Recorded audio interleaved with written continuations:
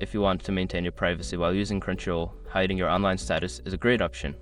Follow these steps to adjust your settings. Step 1. Log into your account. Visit the Crunchyroll website and log into your account using your username and password.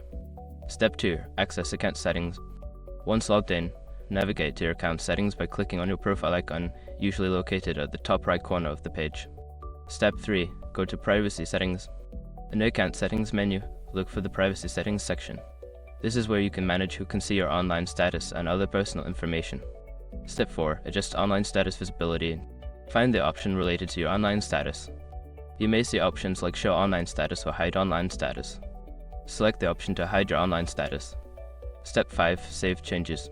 After adjusting your settings, make sure to save the changes. Look for a Save button at the bottom of the settings page to ensure your preferences are updated. By following these steps, you can enjoy your viewing experience on Crunchyroll without worrying about your online presence.